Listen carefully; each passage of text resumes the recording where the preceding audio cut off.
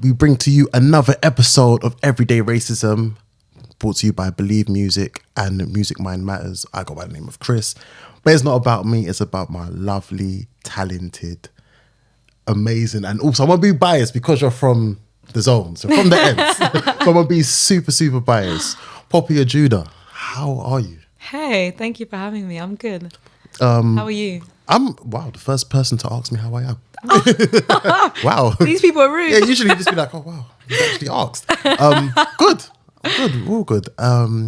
Briefly speak to the listeners and the viewers about yourself, of who you are, and also why I've given you such a biased introduction. I'm a musician from Southeast London. I'm a songwriter.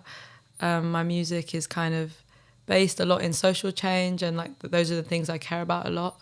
I also have a podcast that is about that as well.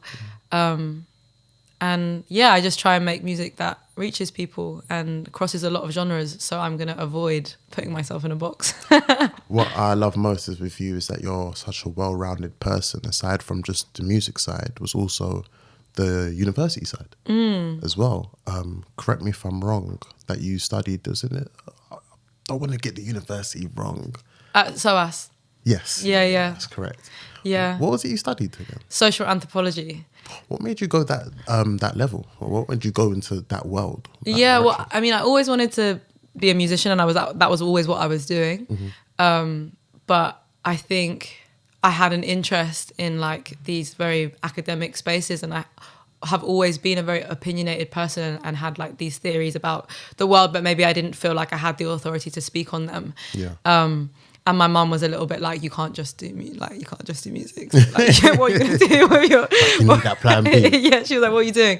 And I didn't want to leave London because I wanted to be able to still do music. I didn't actually really know what anthropology was when I went for it. I kind of think I just like read a bit about it, and I saw that it was like the study of cultures and people, and I was like, that sounds really interesting. I love psychology and I love like understanding people. And so I kind of went with it because I thought that it would fit with what I already like to think and talk about, and hopefully then would start singing about, which I did. And SOAS was really helpful in helping me understand that side of the way how you articulate yourself and your words. And it definitely, like, university is very like class based, and I definitely felt that. Especially like I struggled being from the ends. Like I kind of just struggled with my accent. I think my accent's changed over time because of university, because people would be like, oh, like they would just like take the piss out of it. It was mad. What way would they like take the piss out of it? In what sense? Well, I guess like being from South London, and people were quite posh at uni, and I think it is a very quite a middle class white space. And I had this thing where I think also probably because of class as well, I didn't like everybody knew all these big words already. Like we were in first year, and I didn't really know anything about uni because no one had ever like had that conversation. It was never part of like my plan. Like I had to do that. A lot of people from my school didn't go to uni. It wasn't that kind of trajectory.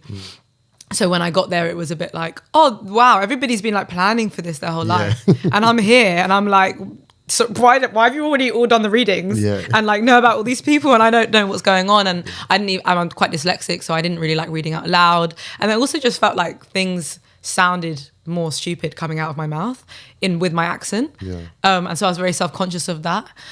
And so it was an experience, but it definitely taught me a lot and allowed me to expand what I do as a musician. Like it feeds into everything that I do, and I'm so grateful for having the opportunity to do that, even though it was like really, really hard. 100%. What we wanted to discuss for today was mainly based about your space as a new school artist, and also how the infrastructures of the music industry, and has it affected you race-wise as well, even despite that. We look at the infrastructure of the new school industry, with the DSPs, the multiple music platforms, the so-called coverage that covers everything from different races to different religions, different genders, different sexualities. Do you feel like, as if, in your sense, have you seen the positives of it compared to some of the stories you hear of that the old school infrastructure? Do you feel like as if it has changed in a positive aspect, or that they are covering all those areas? I mean, I would say that the music industry is still largely dominated by white men mostly, and so that when those people are the gatekeepers, that's always gonna affect how they sign people or how people interact with them or who gets booked for what. And so I think that does have an impact. I think the rise of independent artists allows artists to have that freedom and not maybe experience the barrier of those kind of gatekeepers. I think, like, as a person of mixed heritage, I'm not always sure of the biases I'm against because I don't always know. I don't fit into boxes. And so I think some of the biases are about stereotypes of what a soul artist is or what R&B artist is or whatever it is.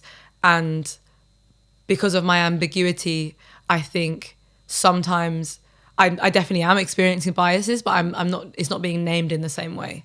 And I don't know how much that's changed over time. I think there is an effort to include more artists, and there is like an effort to.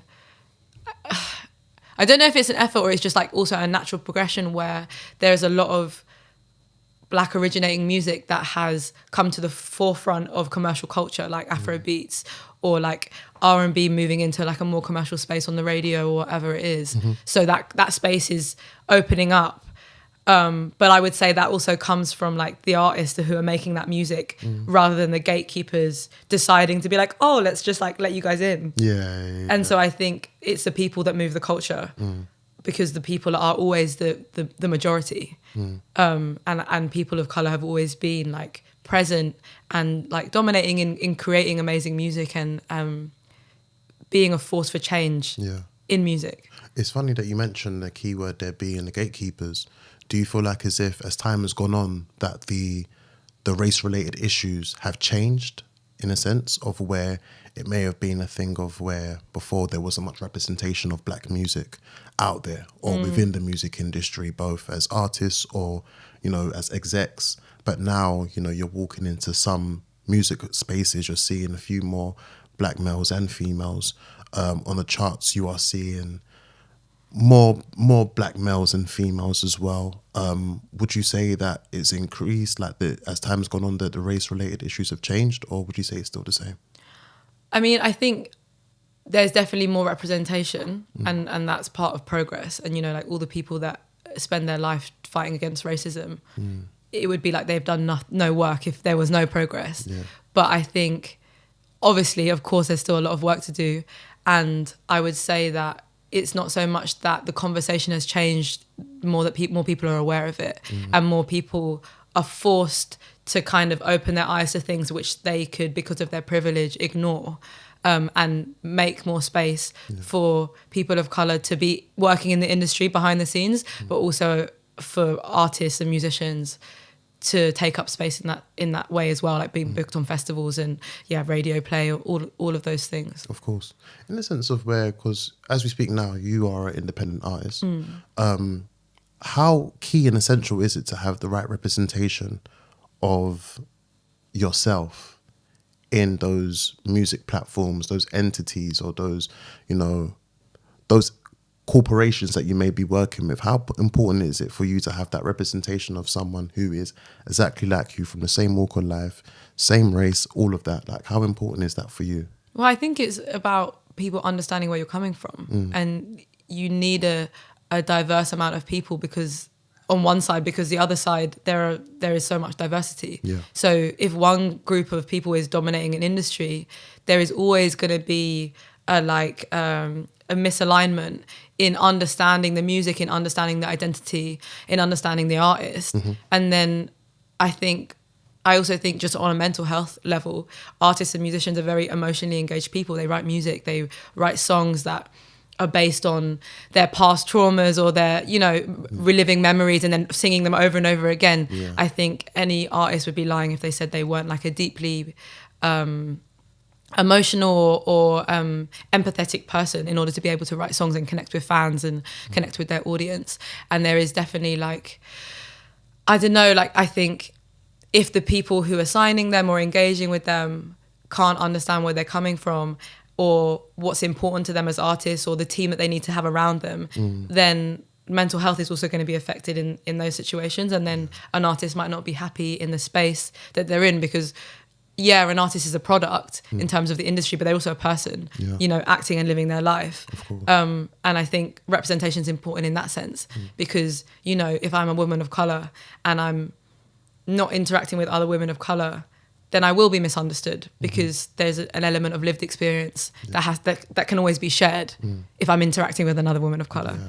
Have you ever found yourself in a space where there may be certain obstacles that you've had to overcome as a woman, I would say, of mixed heritage, and it may have been downplayed to a sense compared to, let's just say, either a black woman or an Asian, or fully black or fully Asian woman? Do you feel like there's ever been times where people have tried to downplay it, like as if there's no obstacles or there's no race-related issues that you may face in any sense?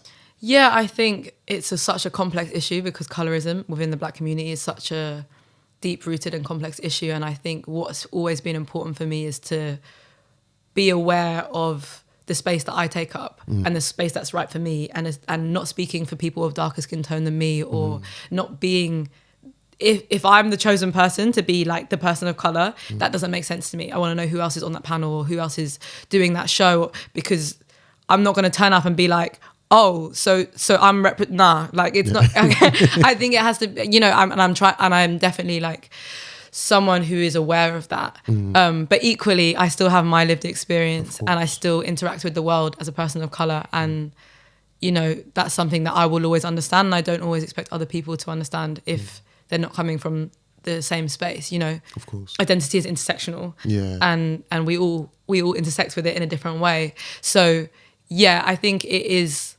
complex, but it's just something that I try and navigate with honesty and openness, and always speaking from my own perspective and not trying to speak from anyone else's perspective. Of course. What would you say are some of like the obstacles you've had to face in your journey forever from the start to present?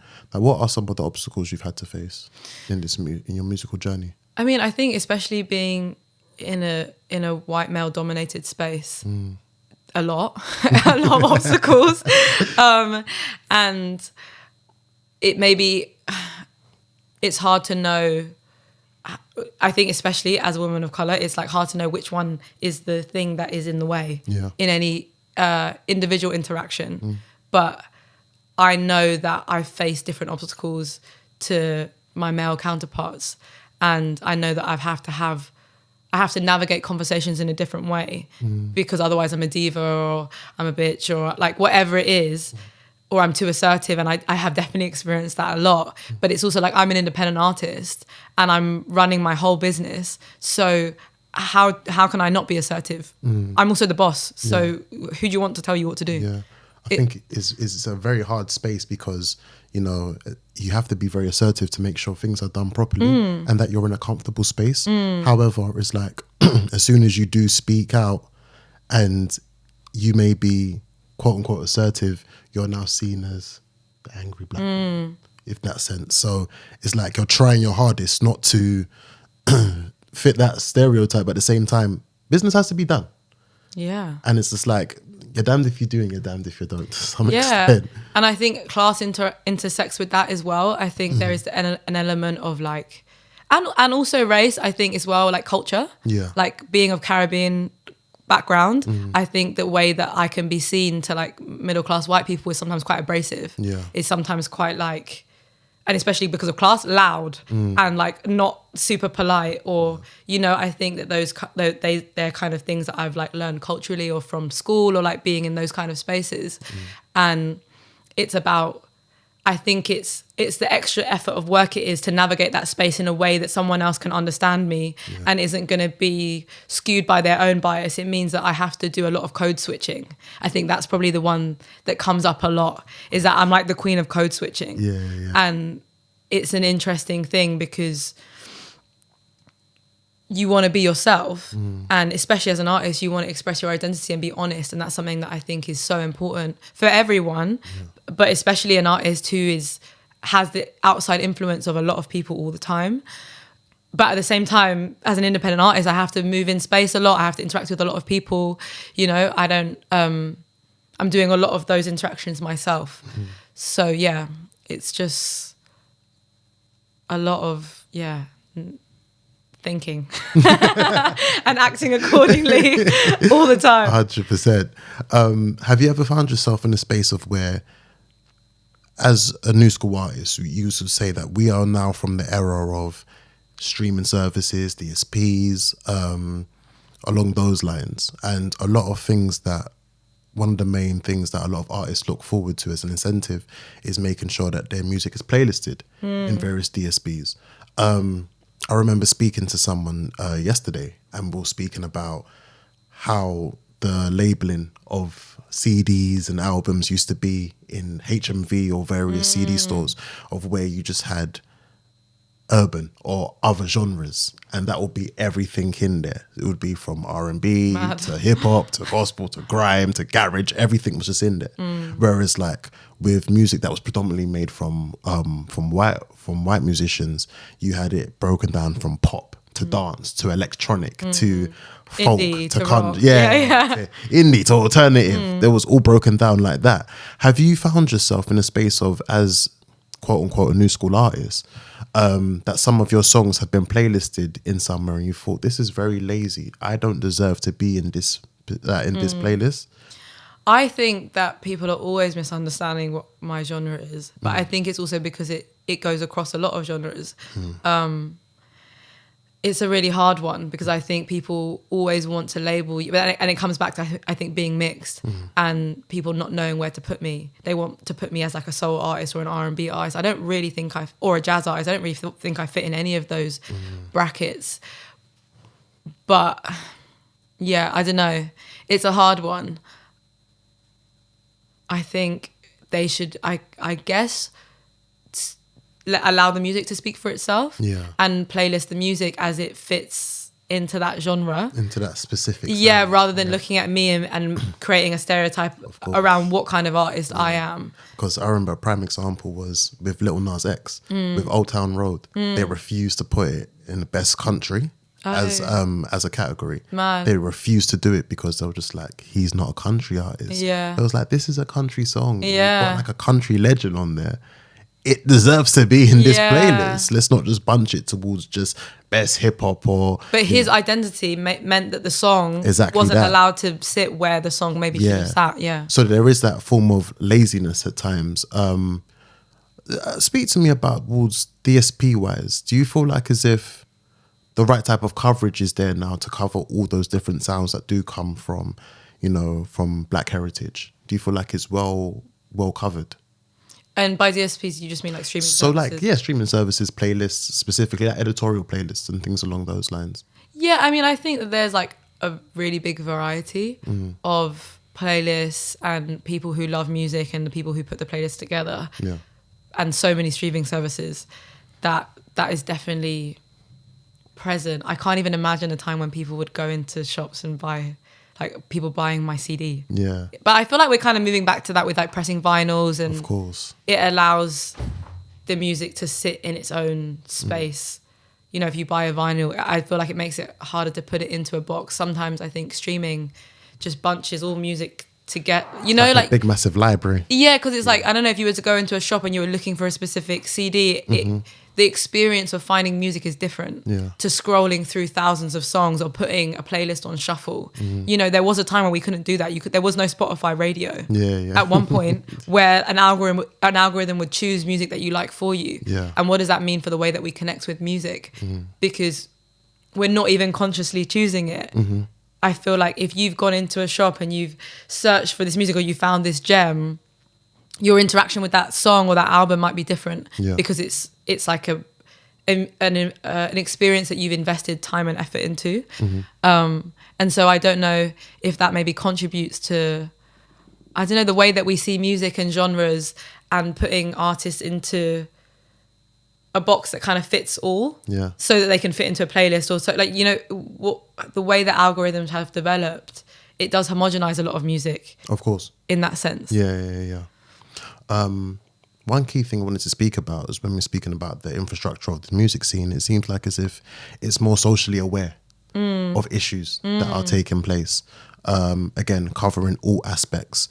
Do you feel like as if those inequalities are still rising, or do you feel like as if it's on more of a, I don't want to say a completely equal ground, but is it slowly getting there towards that equal ground in your opinion? I think that we've come a long way in terms of people's racism, people's bias, people's sexism, people's homophobia. Like a lot more everyday experiences, especially if you're in a multicultural city. Like people are more accepting of each other, but I still think that those biases are there and they're present. I think the problem with capitalism is that it finds a way to exploit everything and turn it into money. So there is an element of social issues or social awareness of oppression has become commercialized in some way. And so when it's like great that people are talking about things and people are engaging in really important issues. And I think probably what's the most amazing thing about that is that the community that it builds between artists, but also between artists and audiences and fans and supporters, because it allows you to feel less alone and allows you to, rise up in your own self. Of course. If you feel oppressed or you're being oppressed and you're not able to speak out, that's the most incredible thing about music, is that it creates connections. But I think when these deep-rooted social issues come up into the commercial and they come into pop culture, it also becomes a bit normalized. Yeah. And we don't always acknowledge it. Like, there's a reason that things are radical. Yes. Because they're radical because they actually change things. Yeah. And in order for them to change things, someone has to be outraged or something crazy has to happen or people have to take to the streets. And I think it's like a double-edged sword. We have to still continue being radical and work out what the next step is to create change, because, I'm someone who writes music about political and social issues, but I realize that that's not where it has to end, because I think like consciousness is important and conversation and difficult and hard conversations are important, and honesty, but we also have to continue being radical. Otherwise we don't progress to that point where there might be an equality of opportunity, and everybody's different, but of course the ability to move in space safely and have opportunity, I think, is something that I'm always searching for. Was it a subconscious thing, or was it just conscious, you saying that you wanted to speak about and tackle these issues of like allowing your music to be social commentary to some extent? Was it a conscious thing of you said you wanted to do this, or did you find yourself in a space where you thought, you know what, there's no coverage of this, or there's hardly any coverage, I want to speak about this? I think it's more that these are the things that I really care about and also affect my life or affect the people around me. Yeah. And as I read more, and especially at uni when I kind of became more engaged in the history, where we've come from, feminist studies, gender studies, West African history, post-colonial theory, like colonialism, trying to understand my own roots of like Caribbean heritage and understanding things that I really didn't see before, because all you're taught about in school is slavery. And so actually understanding a history, it allows you to be enraged of course, and move forward and think about why we should change things. Because if you don't know where you're coming from, you can't move forward and you can't change the future, and you can't enlighten other people about the things that they might not know. And so I think maybe SOAS radicalized me in some way to speak about the things I already cared about. And a lot of the songs that I've written have come out of me feeling angry, feeling helpless, finding a way to get out what I'm feeling and to talk about it with someone else. Music for me especially is therapy and writing. So it's always been a process of that. Even when I wrote Black Joy, Black Peace, Black Justice, that I hadn't written, we were in lockdown, I hadn't written for ages because it was like a crazy time and my brain felt completely full, and I was still processing. And I wrote that song kind of in between all the protests. It was like the week. So I think I had gone to the first ones, and then we were kind of planning to go on to the other ones. And I wrote it in the middle of that week, because that was just me like getting out how I was feeling and commenting on the moment and commenting on what I was hearing. And obviously a lot of media and things were being shared, and some of the lyrics are very specific to what I was kind of taking in. It's never really a thing where I'm like, I should speak on this, I need to write a song on it now. It's more that this is in my mind, I have to get it out.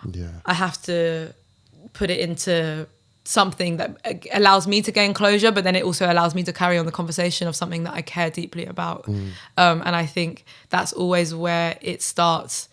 Plus, it's how my life intersects with the world. How could I not speak on the things that I experience in relation to race, gender, or sexuality, like, or class? I think that I wouldn't be being honest about who I am. Of course. Have you ever found yourself in a space of where you've made music that's been a representation of that, and you thought, but I'm kind of conflicted because you may want the commercial look, or, you know, you may want the quote unquote mainstream success, but because of the issues that you're speaking on, it may be a bit too harsh for the basic consumer to take in. Have you ever felt conflicted as an artist, or has anyone ever told you, like, you know, change the topic or change what you're speaking about or anything along those lines? That question's really interesting, because I think as an independent artist, I decide everything about what I do. Of course. So I don't know if anyone would have the guts to say to me, like, I just don't think you should talk about this. Yeah. Like, because I would definitely, they would know. Anyone from my team would know. Yeah. I would shut them down so quick. I think it's funny because I think that I don't really consider it. Yeah. Which, although I think that there probably is some bias there, I think that a lot of the things I talk about are hard cutting to a more palatable audience. But I don't see it as that, because that's my life. Of course. And I just think I have to live in my truth. I wouldn't be being honest otherwise. And maybe I don't even realize until afterwards. I might write a song that feels really commercial and really pop, but the lyrics are about being queer or feminism or cussing out men. And then I'm like, oh shit, I kind of ruined the song for its commerciality. But I think it's also part of it. Like, how do we change culture? Yeah, you know, if you can love a song that actually also helps you think about something, or you have it in your head after you've been listening to it. And I experienced that so much on my first tour, where I was talking about these issues that I was kind of scared to sing to the audience, because I was like, I don't know how it's going to come through. And especially like songs about toxic masculinity, and I'm singing them to a whole bunch of men, and I was a bit like, oh, how's this going to go? And then having them like all come up to me afterwards, like when I was kind of doing the merch and like talking to people and signing records and stuff, talking to me and being so receptive to having the conversation about them and their identity and moving culture forward in a way that makes everybody happier. Actually, a lot more people are perceptive to it than we think. They just haven't had the opportunity to talk about it, or no one in their circle talks about it, or it's not something that is in the commercial space. And so I've always just felt like it is my life's work to do that. Yeah. And I can't be anything but myself. 100%. I want to move back a bit, because there's a key word that you mentioned, which was the gatekeepers of the music industry.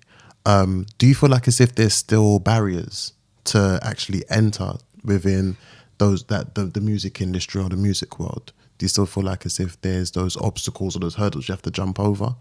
Yeah, I think that the barriers are wealth and nepotism and connections. And I think with all industries that's the same, and the music industry is no different.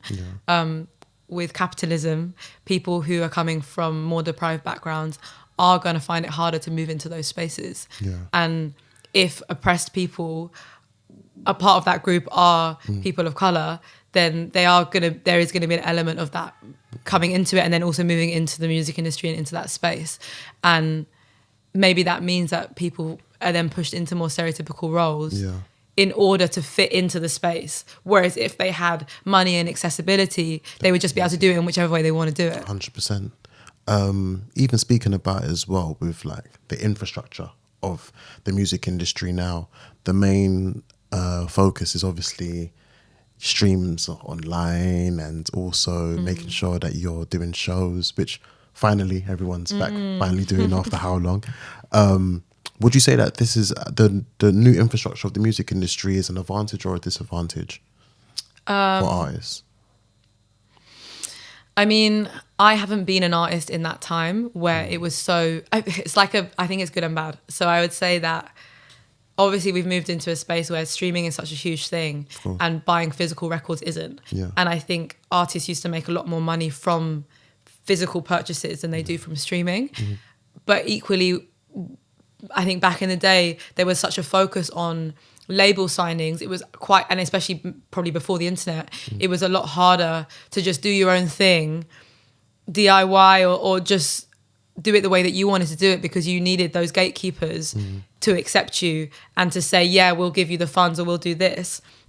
Whereas now, because of the internet, because of YouTube and because of distributors, artists have a lot more space and scope to tailor the way that they curate their music and also move up in it. And so it's like, it's both. It's really hard to know which is the bigger evil. It's like the seesaw keeps on going, because it's like the pros and cons of how the industry is based now. Either way, we're all under capitalism. So, you know, there's always going to be an element of disparity between the people the oppressors and the oppressed. 100%. Something else I also wanted to mention to you is, speaking about like the music industry now as a whole, is like we have so many platforms that, again, speaking about quote unquote wokeness, that they are socially aware of things compared to how it was like before. How do you differentiate the two from being performative to being genuine? So say, for example, when you had your period of, I hate using this term, but around the period of the protests, where it was called the Black Lives Matter movement or the era, and various entities spoke out. You had the Blackout Tuesday, things along those lines, you know, various platforms, you know, ran programs. How do you differentiate the two, and how do you spot it, or whether it may be even down to artists as well? Because quite a few artists made socially aware songs, or social commentary. Songs covering social commentary, sorry. How do you differentiate the two from it being performative to genuine? And if so, it's like, how can it be 100% genuine? I think that's a really complex issue that I think partly takes time to understand. I think when anybody wrote a social commentary song or a protest song, who knows how it was received right at the time that they wrote it. I think where artists are coming from, I can't imagine an artist writing it to be performative. I think that they would write it from their heart, because that if you're a musician and you're someone who engages in music in that way, I would hate to think that it would be like, I'm writing it because I want to be in the moment. I think that there's definitely an element of performativity, but I think it's about how you move forward. So it's like, when you first experience something, or you first learn about something, or you understand it for the first time, whether or not you should be understanding it for the first time, you know, and that is maybe where those people are. Or obviously we had a lot more awareness around issues of race at that time, which was interesting for everyone. Very. Everybody was having wild conversations. Very draining as well at the time. Oh boy, tell me about it. Half my family are white, so I was on a lot of group Zoom calls where I was like, oh my god, guys, I can't do this.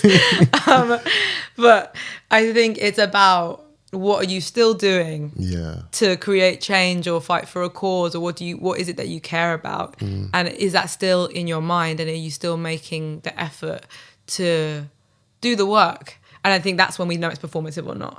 I think obviously like a Black Square or a brand saying we like support Black people is going to be performative, and mostly they want to be current, so they want to be present, and so they're just trying to be in the conversation, and they also don't want to upset their their Black demographic, or their workers, or their employees, or whatever it is. And so there will always be an element of performativity there, but it's like, how are they moving forward with that? You know, what changes are they implementing over time? And as individuals, what changes are we implementing over time, or how are we moving in space, or who are we engaging with, or who are we supporting, or where are we spending our money? And I think that's how you do something in an authentic and genuine way. I think it's also about looking at yourself and what is my motive here?